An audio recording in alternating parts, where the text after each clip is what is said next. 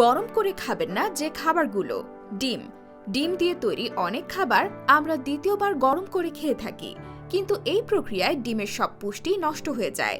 সেই সঙ্গে এর ভেতরে জন্ম নিতে পারে ব্যাকটেরিয়া।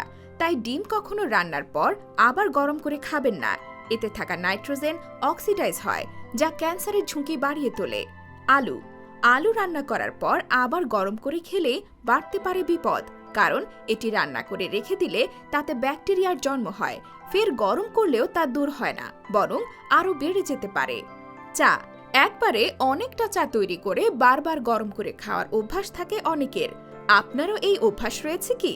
থাকলে আজই বাদ দিন, কারণ বিশেষজ্ঞরা বলছেন চা পুনরায় গরম করে খেলে তা শরীরের জন্য ক্ষতিকর হতে পারে। কারণ চায়ে থাকে ট্যানিক অ্যাসিড। বারবার এই পানীয় গরম করে খেলে লিভার ক্ষতিগ্রস্ত হয়।